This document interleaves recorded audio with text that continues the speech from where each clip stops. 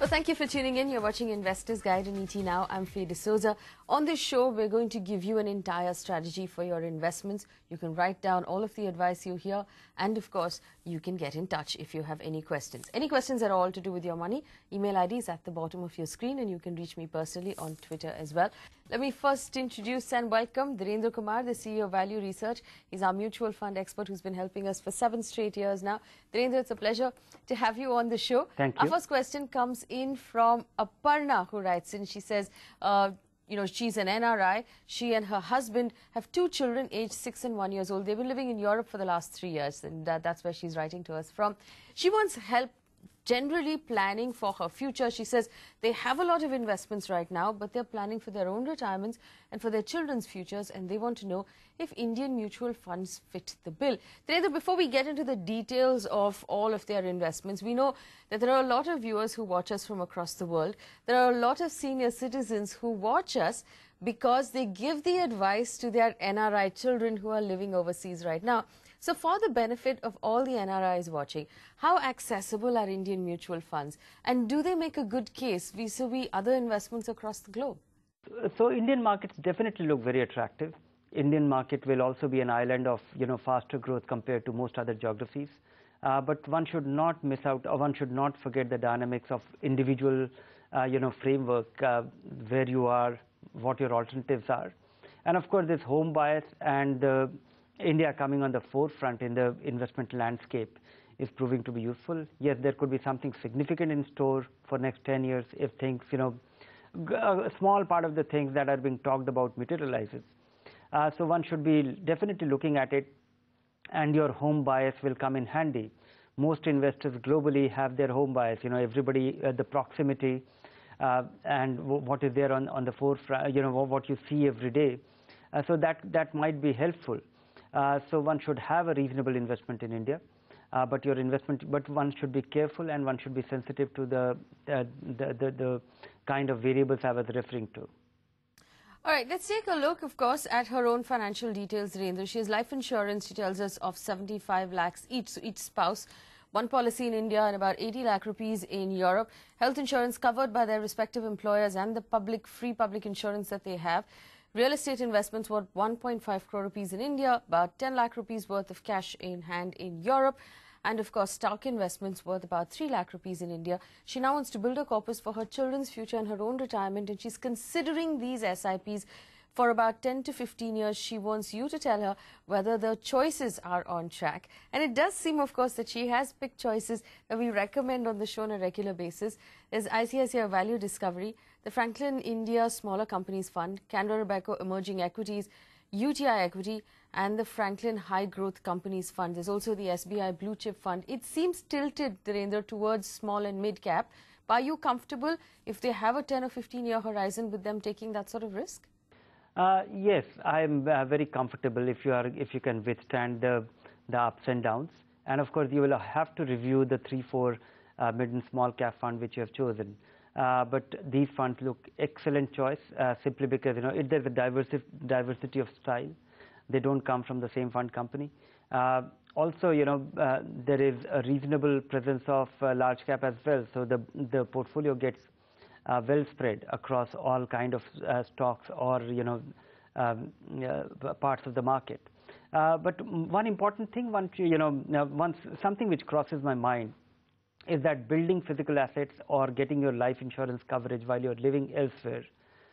So one should be a little more conscious of the practicalities, that how the beneficiaries will get it, particularly the life insurance coverage. Beware of your nominees and how they will derive the benefit, and these investments too. These investments will do very well if you're disciplined about it. But how do you derive it, and the repatriability of it, just in case you plan to retire in Europe itself? So make sure you are doing it in a manner that it is not a complex thing. You are doing it with one account, because for NRIs it is very important to keep their transactions clean and tidy, for it to avoid any legal complication in future. Another thing which one should be keeping in mind is don't invest in the dividend plan of any of these, because the dividend that you did, particularly NRIs deriving dividend from equity, is also subject to a withholding tax, the TDS. which domestic investors are not liable for or is not levied on. So make sure that you are investing only in the growth plans. All right, so that's the advice you're getting. It does seem like the funds you've chosen are on track, but pick the growth option in all of these funds, like Narendra said, and be very clear about the insurance policies that you're holding that are in India. How will your beneficiaries or your nominees, access that money if it comes to that? So make sure you have all of those things very clearly thought out. Good luck to you and your husband. Feel free to get back in touch with us if you need any more help. Then the quick question from Raju, who's written in saying his father's a senior citizen, he's retired, he's a pensioner, he'd like to put aside 5 lakh rupees. Now, instead of using the normal fixed deposit route, they'd like to use mutual funds this time for at least 3 years or more. Should they be using debt funds or balanced funds, Narendra? Obviously, for someone who's moving from a fixed deposit into mutual funds, you'd want to keep their risk as low as possible. What would you recommend they use? It entirely depends. I would suggest that for the sake of efficiency, if one can withstand the ups and downs of, and you are unlikely to need the money, if you are unlikely to depend on income, then balanced fund could be a nice way, because it entirely depends on the goal. If you are looking at your fixed income, which you are deriving from some other source, whether it be pension or other investments, which is providing you the regular periodic income, and you want to protect the value of that capital, then the balanced fund is the only way to go, because it's very important for your money to grow, some part of your money to grow in a manner so that it can protect the worth of your capital. But if you are a risk-averse investor, you just can't withstand the kind of declines or kind of volatility which equity presents, then you have no other way but be more conservative. I think the growth plans of MIPs could be a way to go. And that can also be dealt in another way. Instead of investing 5 lakh rupees, just invest 2 lakh rupees in equity and invest in a manner and remaining money remains into fixed income, and that provides for the regular income that you need. Because understanding this allocation, that equity will be volatile, but that is the only way which will help you protect the worth of your capital. So off the top of your mind, would you recommend one fund that they can use? And if he's putting aside a 5 lakh rupee lump sum, would you like him to split it across 2 funds and across maybe 3 or 4 months in terms of an SIP? Yes, definitely. Those are basic rules to be followed at all times. Whenever investing in equity, and particularly for a person who has accumulated his lifetime savings elsewhere and now planning to invest or gaining a market exposure, then it must be spread over 5-6 months at least. And definitely in the more conservative, the right kind of balanced fund. I would not say conservative. My understanding is that balanced fund should be managed in a conservative way, and not necessarily the best performing balanced fund over any time period. So I would say consider the conservative ones, or the right kind of balanced fund. Tata Balanced and Franklin Balanced, figure as one. All right, on your screen right now are 2 balanced funds that Narendra has recommended for you. But anybody investing in equity right now, do not put in a lump sum in any sort of market. Split it up over at least the next 6 months. And of course, split it up over a couple of funds at least.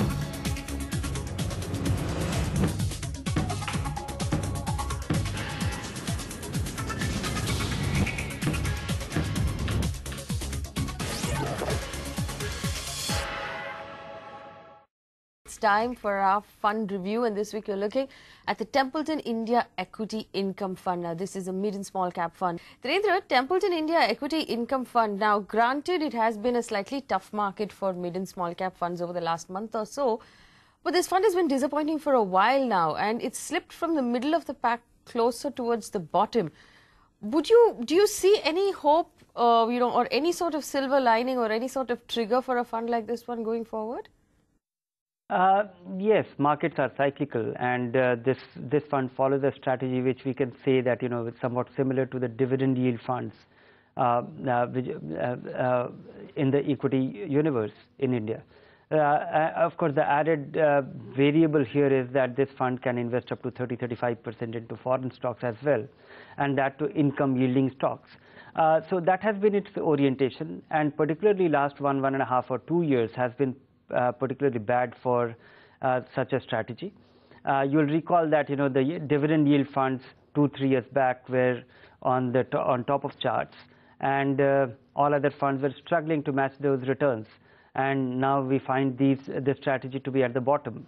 All similar funds are struggling. But I think, most other variables, its discipline, its approach has remained consistent. It will have its time. And this is a kind of strategy which should be a very small part of everyone's portfolio. Things do turn around in equity universe all the time. And they turn around when we least expect it. So don't give up. What I evaluate in funds management is the consistency of a strategy, or somebody, a fund manager maintaining his style purity, and which this fund has done. Most funds of this kind are struggling, so I don't think it's a bad fund. Yes, it has been bad time for such a strategy, and this fund has stuck to its style. So, Narendra, there's a little over 1,000 crore rupees in assets under management in this fund right now, and it has a 2-star rating on Value Research. Would you recommend those of our viewers who are watching, who are holding this fund, continue to hold on to it then? And then for how long should they wait for that turnaround? I would say that this fund will struggle if market continues to grow rapidly, because this is a strategy which will not convince many investors, and the kind of stocks which are out of favor may not gain traction. But I would say that markets are cyclical, 3-4 years time frame, and if the quality of portfolio of the underlying companies are something, if are not questionable, then they gain traction, or they become prominent. So don't give up, but make sure that this is not the only fund that you're holding. Finally, will you give us a rating on Investor's Guide for this fund? I would give it a 3-star, a notch higher than its risk-adjusted scale for its quality of portfolio. All right, the Templeton India Equity Income Fund gets 3 stars on Investor's Guide. Remember, Narendra, they're saying if you are holding this fund and the current market sort of continues, you have to be prepared for a little more heartburn. But in terms of just consistency and good fund management, it still rates fairly high. So there's no particular reason to lose hope just yet. All right, let's move on to our hold or sell segment. So Mohammed Ibrahim has written in, Narendra, he's 40 years old. He tells us he has 2 children, 10 and 6 years old, a boy and a girl. He'd like to put aside 50 lakh rupees for their education each.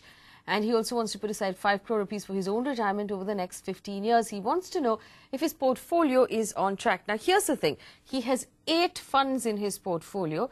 He hasn't particularly segregated them based on goals. So there isn't a set of funds that's for his children and a set of funds that's for his retirement. It's all one portfolio. And he has, of course, structured it. So he has 2 large cap funds. There's a Birla Sun Life Frontline Equity and iProof Focus Blue Chip. He has the ICICI Prudential Dynamic, Franklin India Prima Plus, and UTI Opportunities Fund, which is, diversified.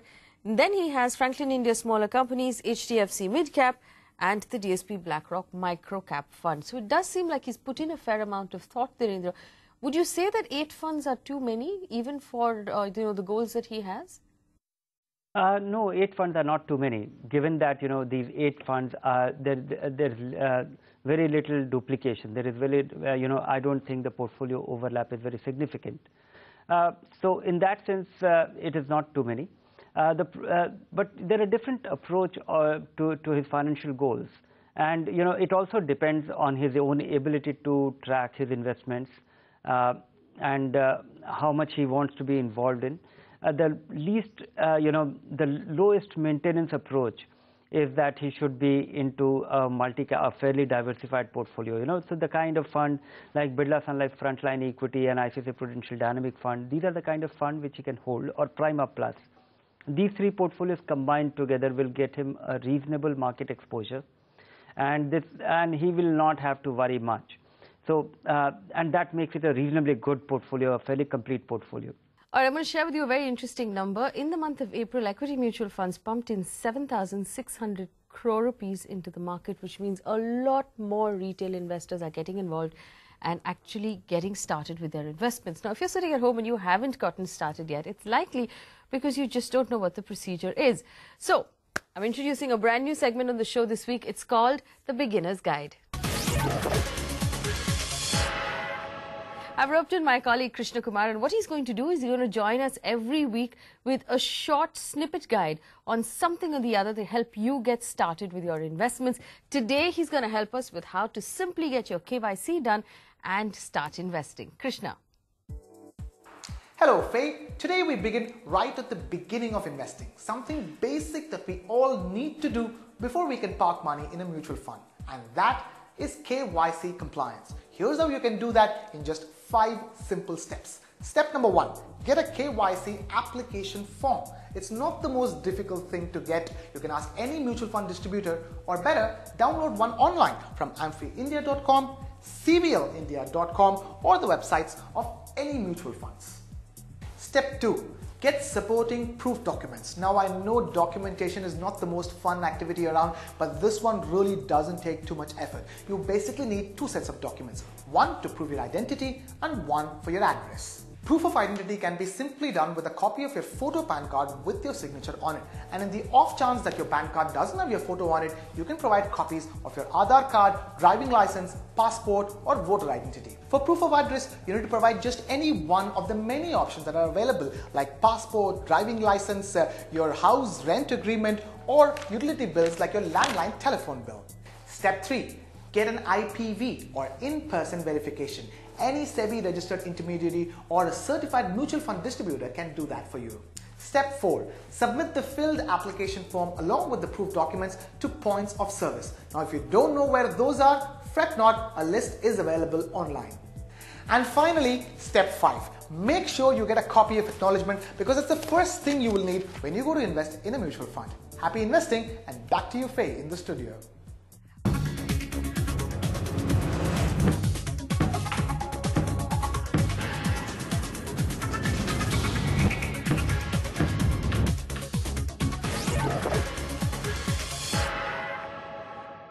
Thank you for staying with us. We brought in Suresh Sarana this week to answer all of the questions you sent in on tax. Suresh, thank you for joining us. Our first question comes in from S. Rupchand, who writes in, 57 years old, retired, invests only in fixed deposits, but he tells us he's paying between 20 and 30% tax on his interest income, and he's worried that that will erode his savings and make him vulnerable to inflation. That's true. It will do both of those things. So he wants some innovative tax saving tips for the current year. Suresh, would you help him out, please? Right. So, Mr. Rupchand, the bank interest as such, is taxable, and the only thing which you can do, one is if you put the money in long-term, fixed deposit with bank, which is 5 years or more maturity, then that is eligible for deduction under Section 80C up to Rs 1.5 lakhs.